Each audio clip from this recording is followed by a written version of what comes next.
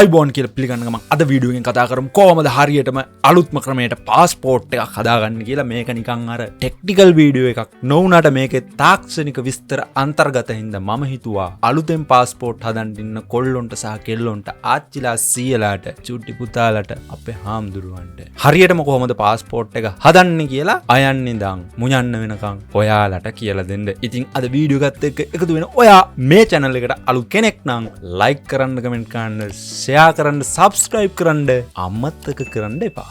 ඕක තමයි ප්‍රශ්නේ. හරි. එව්වා මේව කතන්දර වෙන්නේ නැහැ. අපි කෙලින්ම යන් වීඩියෝ එකට. අයියෝ ඇයි බං වද දෙන්නේ? ඔන්න ඉතින් කෙලින්ම ඔයා પાස්පෝර්ට් එක ඇප්ලයි කරනවා නම් අනිවාර්යයෙන්ම ඔයා ඇප්ලිකේෂන් එක ෆිල් කරන්න ඕනේ. මේ දවස්වල තියෙන රටේ තියෙන සිටුේෂන් එකත් එක්ක මේ වෙනකොට પાස්පෝර්ට් ඔන්ලයින් ඇප්ලයි කරන මෙතඩ් එක දැනට තාවකාලිකව නවත්තලා තියෙන්නේ. හරිද? ඔයා අලුතෙන් પાස්පෝර්ට් එකක් ක්‍රියේට් කරගන්න ඕන නම් ඔයා කෙලින්ම යන්න ඕනේ ආගමන හා විගමන දෙපාර්තමේන්තුවට. ඉතින් මේක තියෙන්නේ බත්තර මුල්ලේ. ඔයා දන්නවා. ඉතින් ආයේ මේ දවස්වල සීන් එක ලොකුවටම යන්නෙත් ඒ බත්තර මුල්ල ආශ්‍රය අලුත් પાස්පෝර්ට් එකක් දෙනවා කොල්ලොන්ට කෙල්ලොන්ට. මමත් ඇප්ලයි කරලා තියෙන්නේ. මම ඇතුළුව මගේ පවුලේ සියලු දෙනා. හරිද? ඇප්ලයි කරලා තියෙන්නේ. ඉතින් අපි ඒ කරපු මෙතඩ් එකත් එක්ක තමයි මම නිකන් ඔයාලට කියලා දෙන්නේ සීන් එක මොකද්ද මං ඉඳපු අත්දැකීම. එහෙමයි කරන්න දෙන්නේ. මේකයි කතන්දරේ. ඔයා අලුතෙන් પાස්පෝර්ට් එක හදන්න යන කෙනෙක් නම් ඔයා ඇප්ලිකේෂන් එකක් පුරවන්න ඕනේ. ඒ ඇප්ලිකේෂන් එක පුරවගෙන නිකන් යන්න නෑ හොල්ල. උප්පැන්න සාතිකේ ඔරිජිනල් එක ඕනි. පිටපතක් ඕනි. ඔරිජිනල් උප්පැන්න සාතිකේ ඔරිජිනල් එක කියන්නේ පිටිපස්සේ දම්පාට සීල් එකක් ගහලා දෙනවා. ප්‍රාදේශීය ලේකම් හරි කවුරු හරි අස්සම් කරපු එකක් සීල් එකක් ගහලා. දන්නවනේ. ගන්න දන්නේ නැත්නම් කෙලින්ම යන්න ප්‍රාදේශීය ලේකම් කාර්යාලයේ විවාහ මරණ රෙජිස්ටර් ඒවා ඉෂුව කර කවුන්ටරේට ගිහිල්ලා ඔයාගේ උප්පැන්න සාතිකේ තියෙන උඩ අංකයක් අකුරු ඉලක්කම් 4කාරී 5කාරී 4යි තියෙන්නේ. ඒකේ අංකයක්. ඒ අංකේ කිව්වට පස්සේ නම අනම්මනම් කිව්වට පස්සේ සිස්ටම් එකෙන් හොයලා ඒක print කරලා සීල් ගහලා දෙනවා රුපියල් 250 240 දුකතු ගන්නවා. සල්ලි රජයට. ඉතින් එහෙමත් වෙනවා. අවුලක් නැහැ සිස්ටම් එකේ තියෙන හින්දානේ. ඉතින් ඒ ක්‍රමෙන් ඔයාට ඔයාගේ මොකද්ද මේ උප්පැන්න සාතිකේ ගන්න පුළුවන්. මරණ සාතික ගන්න එක ගැන නෙමෙයි මම මේ කියන්නේ. ඉතින් උප්පැන්න සාතිකේ අරගෙන උප්පැන්න සාතිකේ ෆොටෝකෝපියකුත් එක්ක ඔයා ඇප්ලිකේෂන් ටික මෙහෙම හදා ගන්න ඕනේ. හරිද? එකයි. ඊට පස්සේ ඔයා හදා ගන්න ඕනේ කෙලින්ම ෆොටෝ ඇක්නොලෙජ්මන්ට් එකක්. තේරුන්නේ නැහනේ. ඔයා යන්න ඕනි ශ්‍රී ලංකා ආගමන හා විගමන දෙපාර්තමේන්තුව යටතේ ලියාපදිංචි වෙච්ච ස්ටුඩියෝ එකකට ගිහිල්ලා ඔයා પાස්පෝර්ට් ෆොටෝස් ගහලා එයාලා ඒක සිස්ටම් එකට අප්ලෝඩ් කරනවා. මේ කමියුනිකේෂන් එකකින්. හරිද? අන්න ඒක පාස්පෝර්ට් සිස්ටම් එකට අප්ලෝඩ් කරලා ඔයාට දෙනවා කොලයක්. ආන්න ඒ කොලේ මතක ඇතුව අරගෙන යා යුතුයමයි කලර් print එකක් දෙන්නේ. ඔයාගේ ඔය ලස්සන මූණත් එක්ක එකතු කරලා සුපිරි ෆොටෝ එකක් ගහලා දෙනවා ස්ටුඩියෝ එකෙන්. අන්න ඒකත් අරගෙන ඒකත් අතතිව ඔයාගේ ජාතික හැඳුනුම්පත මතක ඇතුව ජාතික හැඳුනුම්පත ලයිසන් නනම්මනම් උස්සන් යන්න එපා පුතේ. ජාතික හැඳුනුම්පත සිංහල හෝ ඉංග්‍රීසි හෝ දෙමළ හෝ ජාතික හැඳුනුම්පත අරගෙන නෙමෙයි අරගෙන අතතිව ඔයා ඒකේ ඡායා පිටපතක් ගන්න ඕනේ. ඒකත් අතතිව ජාතික හැඳුනුම්පතත් අතතිව ඔයා ගිහිල්ලා ඒකේ ඡායා පිටපතක් ගන්න ඕනේ. ඉතින් ඔයා ගත්ත ඡායා පිටපතත් සමග ඔයාගේ ඔරිජිනල් එකයි වණම්මනම් ඔක්කොම ටික ඒ ඇප්ලිකේෂන් එකත් එක්ක සම්පූර්ණ කරගන්න ඕනේ. ඊට අමතරව ඔයා කසාද බැඳපු කෙනෙක් නම් ඔයා කොල්ලෙක් නම් හරිද? ඔයාගේ බිරිඳ ගර්ල්ෆ්‍රෙන්ඩ් එහෙම නෙමෙයි බිරිඳ ඔයාගේ වාසගම කොල්ලොන්ගේ හොඳේ කොල්ලොම්බේ වාසගම ඔබේ බිරිඳ භාවිතා කරනවා නම් හරි අන්න එහෙමනම් ඔයාගේ විවාහ සාතිකෙත් ඒ කොළ ගොඩේ තිබිය යුතුමයි. හරිද? අන්න ඔන්න ඔය ඇප්ලිකේෂන් ටිකයි ඔය අනම්මනන් ටිකයි ඔක්කොම ඩොකියුමන්ට් ටික හදාගෙන දෙයි හාමුදුරුවනේ කියලා දකුණු කකුල පෙරට තියලා ගෙදරින් පිටත් වෙලා යන්න ඕනේ. ඔයා බත්තර මුල්ලේ තියෙන පිටිපස්සේ ගේට් එකේ තියෙනවා දිග පොලිමක්. හරිද? ඉස්සරහ ගිහිල්ලා ඔස්තාර වගේ හිට ගන්න එපා. ඒ ඇවිල්ලා තියෙන දෙවෙනි දවසට අවස්ථාව දීපු කට්ටිය. ඔයා යන්න ඕනේ පිටිපස්සේ දිගම පොලිමට. සමහර විට ඔයාගේ ඉස්සරහින් 1000ක් විතර ඉඳි. එහෙම නැත්නම් ඔයාගේ පිටිපස්සෙන් 1000ක් විතර ඉඳි. වෙලාවට යන එක ඔයාගේ වැඩ. උදේම යන තරමට ඇඟට සනීපයි. ටක් ගාලා වැඩේ කරන මතක ඇතුව කුඩයක් ගිනියන්න.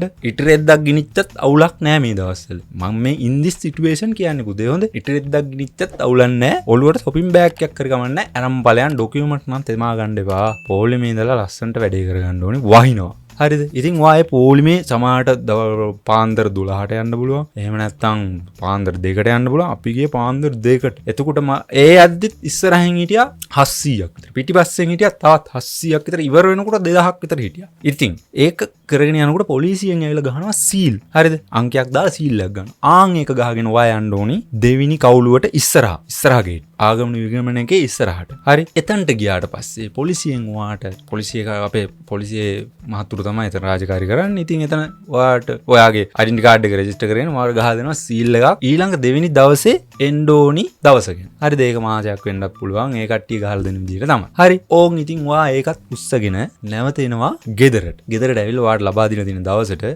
සල්ලිත් අරගෙන. ඔන්න මම සල්ලි බඳින එක ගැන කියන්නේ. සල්ලිත් අරගෙන. one day service එකක් නම් රුපියල් 20000යි. normal service එකක් නම් ඒ කියන්නේ එදාම පාස්පෝර්ට් එක ගන්න රුපියල් 20000ක් යනවා. එහෙම නැත්නම් යනවා එක දවසට රුපියල් 10000ක්. සල්ලිත් අරගෙන අර ඇප්ලිකේෂන් සීල් ගහපේවා ගෙදර ගෙනල්ලා ඒකත් අරගෙන පිළිවෙලට පරිස්සමට හදාගෙන ඔයා යන්න ඕනි ආගමන විගමන එකට. අන්න එතනදී ඔයාට හම්බුනවා දිග පොලිම. ආන් ඒ පොලිමේ ටිකක් වෙලා ඉඳලා ඕන් ඔයා සිතින් ඔයාට අවස්ථාව වෙනවා ඇඟිල්ල ගන්න. ෆින්ගර්ප්‍රින්ට් එක තියන්න ඕනේ. ඔය අනාතරතුරේ ඔයාට එක කවුන්ටර් එකකට ගිහිල්ලා අර පොඩි ෆින්ගර්ප්‍රින්ට් ස්කෑනර් එකකට ඇඟිල්ල ගහන්න දෙනවා. හරිද? ඒක ෆින්ගර්ප්‍රින්ට් ස්කෑනර් එකට ඔයාගේ ෆින්ගර්ප්‍රින්ට් එක දුන්නා. ඊට පස්සේ ඔය මුදල් ගෙවන අතරතුර කවුන්ටර් වල තමයි සීන් එක යන්නේ. ඔයාට එතන කියලා දෙනවා හොඳ යන්න ඕනේ දැන්. හරි. ඊට පස්සේ ඔයාට තියෙනවා එතන පොඩු සෙට් දාලා දෙනවා. ඒ වගේ වේටිං වෙලා වාඩි වෙලා පාඩුවේ ඉඳලා කලකෝලාල ඇති කරන්න එපා වාඩි වෙලා ඉද්දිත් හොඳේ. එතන ටීවී වල කියන ඔයාට යදාල අංක කියනවා. අංක මේක. ඔයා එන්න කවුන්ටරේට ගන්න. ඇඟිල්ල ගහන්න එන්න. සල්ලි ගන්න එන්න. ඉතින් ඒ පිළිවෙලට ඔයා පාස්පෝර්ට් එක ගන්න ගියොත් ඔයාට ලස්සනට වැඩේ කරගන්න පුළුවන්. හරි. ඔයා ඒ අදාළ කවුන්ටර් වලට ගිහිල්ලා ඔයාගේ සල්ලි බැන්දට පස්සේ one day service එකක් නම් ඔයාට එදා හවසම පාස්පෝර්ට් එක ගන්න පුළුවන්. හරි රුපියල් 20000ක් බැන්දු. normal service නම් දින 14ක් ඇතුළත තැපෑලෙන් එනවා පාස්පෝර්ට් එක. ආවේ නැත්තම් ගිහින් බලාගත යුතුයි. මම හිතන්නේ මේ ක්‍රමයේ අනුව නම් හරි ක්‍රමයට පාස්පෝර්ට් එක හම්බෙයි. ඉතින් අන්න ඔය ක්‍රම ටික ලස්සනට කරගෙන ගියා නම් ඔයාලට කිසි ගැටලුවක් නැතුව වැඩේ ඉවර කරගන්න පුළුවන්. පොලිම් පනින්න අතන මෙතන ගිහිල්ලා ජග් ගහන්න තියාගන්න එපා. ඒක හරිනේ. මමත් පොලිමේ ඉන්නකන් ඉස්සරහින් රින්ගන එකට කෑ ගහ හිටියේ. උඹලට කෑ ගහ ඉන්න වෙයි. කොල්ලොත් එක සෙට් වෙලා යනවා පරිස්සමට බලයල්ලා. පොලිම් නම් පනින්න එපා. මෙන්න එච්චරයි. හරිද? දැන් ඉතින් ඔන්න ඔයා වැඩේ ඉවර කරගත්තා. දැන් බලමු හරියටම කොහොමද ඇප්ලිකේෂන් එක ෆිල් කරගන්නේ කියලා. මේක මම අන්තිමට තියාගත්තී වීඩියෝ එකේ මේ ඉන්ට්‍රස්ට් එක වැඩි වෙන්න. අම්මගේ වෙන්ටි. කුරුත් කිටොල් ලකරු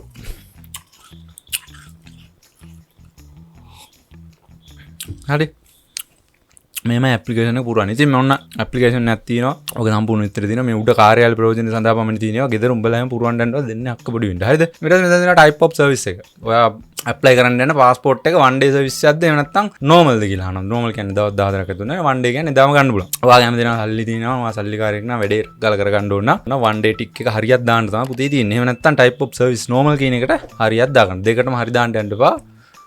හරි.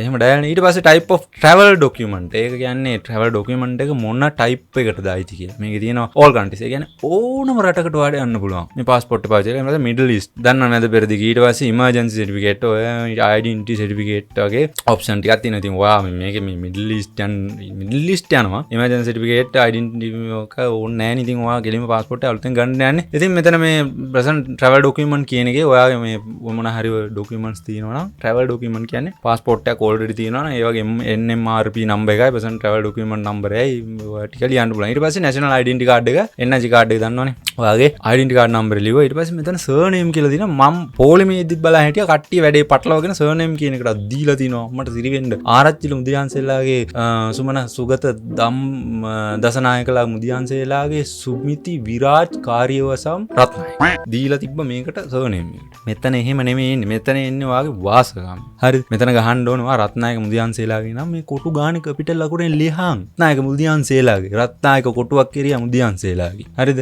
ඊට පස්සේ කෙලින්ම දිසානායක කොටුවක් කෙරියා මුදියන්සේලාගේ. ඊට පස්සේ දසනායක ගම්හේවාලාගේ. දසනායක හිස්තනක් කොටුවක් කෙරියා හේවානායකලාගේ. වගේ ඔයාලට මේක ඒ කෑල්ල විතරක් ලියන්න.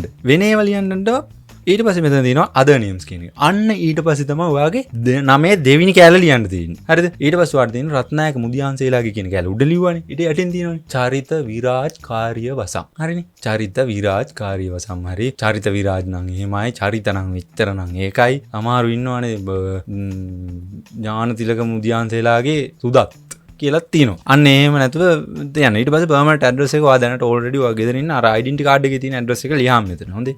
ඒක නැතත් අර permanent address එක දැනට ඉන්න address එක ලියහම. ඊට පස්සේ district ඔයාට අදාළ තියෙනවා මෙතන මේ district එකේ කොටු ගාන ආරේ මේ අඩුවේ ඒවා ලොකුවට ලියන කට්ටිය district එක ලියා ගන්න පුළුවන්. ඊට පස්සේ date of birth එක තියෙනවා. උපන් දිනේ ඔයා ඉපදුනේ කොයි කාලෙද කොයි අවුරුද්දද කියන එක තියෙනවා. මෙතන date එක month එක year එකයි පටලවා ගන්න එපා. date එකට month එක දාලා. හොඳේ. ඊට පස්සේ birth certificate number. birth certificate එකේ තියෙන උඩ number එකක් අර මං කිව්වේ birth certificate එක ගන්න උඩ පාසල් එකම කාර්යයට දෙන්න කියනෝනේ කියලා. number එක අන්නේ number එක දෙන්න ඕනේ මෙන්න මේ number කියන. ඊට අමතරව district අර district එකම තමයි එතනත් ලියන්න තියෙන්නේ. අමුතුවෙන් ලියන්න දෙන්නේ නැහැ. place of birth. general hospital Anuradhapura කියලා ලියන්න නම් ඉඩමදි. ඒකට solution එකක් තමයි පොඩ්ඩක් අර hospital G hospital හරි hospital අනුරාධපුර කියලා අර කොටුවකට අකුරු දෙකක් වගේ අරගෙන දාන්න පිටපන්න ගන්න යන්න එපා. ඊට පස්සේ male ද female ද කියලා දන්නවා.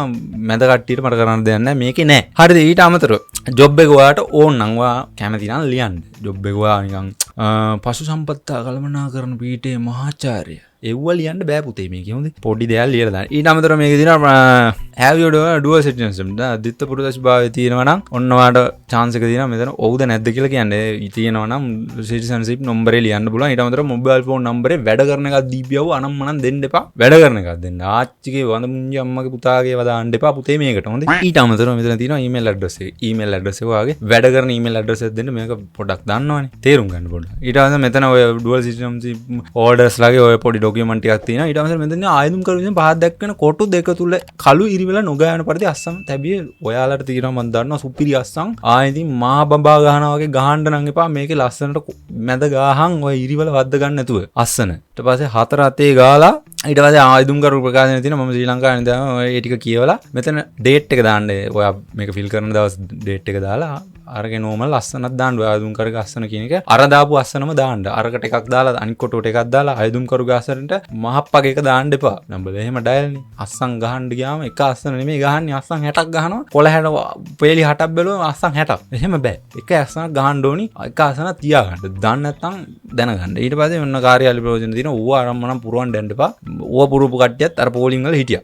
හරිද මේ ඔය DC AC අස්සන් වලට අස්සන් ගහලා. ඒ තරම් හොඳයි. ඊට අමතරව වෙනම ඇප්ලිකේෂන් එකක් වැඩිපුර අරන් යන්න ඇප්ලිකේෂන් දෙකක් විතර වැඩි අරන් යන්න මොකක් හරි පාඩම් කියන්න බෑනේ මිනිස්සු විදිහට වරදිනවනේ. එහෙනම් මතක ඇතුව මං කිව්වා ඔය කුඩයක් අරන් යන්න වතුර බෝතලයක් අරන් යන්න ඉඳ ගන්න පුළුවන් නම් අර දිගාරින්න පුළුවන් චූටි පුටු අන්න එහෙමකුත් අරන් යන්න ඉරි දිග ඇලි දෙකක් අරන් යනවා නම් එහෙමයි. ගිහලා පාඩුවේ පොලිමේ කලකෝලාර ඇති කරගන්න නැතුව ලස්සනට පොලිමේට ගිහිල්ලා ඉස්සරහින් කඩ තියෙනවා තේ තියෙනවා කෝපි එකක් රුපියල් 100ක් වෙනවා ප්ලේන් ටිකක් රුපියල් 50ක් වෙනවා සිගරට් එකක් රුපියල් 110ක් නෑ 100. ඊට අමතරව මේ 150 නම් ඒවයි විට තියෙනවා බුලත් පිට ඕන දෙයක් තියෙනවා ඉස්සර පොඩි කඩවල් දෙයක් තියෙනවා. ඒකෙන් ඔයාට ඕන දෙයක් ගන්න බලන්න. ආතල්ලගේ පොලිමේ ඉඳලා પાස්පෝර්ට් එක ගන්න මේ අලුතෙන් දෙන પાස්පෝර්ට් එක ගත්තත් පාඩු නෑ පොලිමේ ඉඳලා. එහෙනම් ඔයාලා પાස්පෝර්ට් එක අරගෙන නැත්නම් ඔයාලා සුබ පතනවා ලයික් කරන්න කමෙන්ට් කරන්න ෂෙයා කරන්න අම්මට සිරි වෙන්න මාත් එක්ක දිගටම රැඳිලා ඉන්න. එහෙනම් ගිහින් එන්නම්. ජය වේවා. ප්‍රදී අයියෝ ඇයි බං වද දෙන්නේ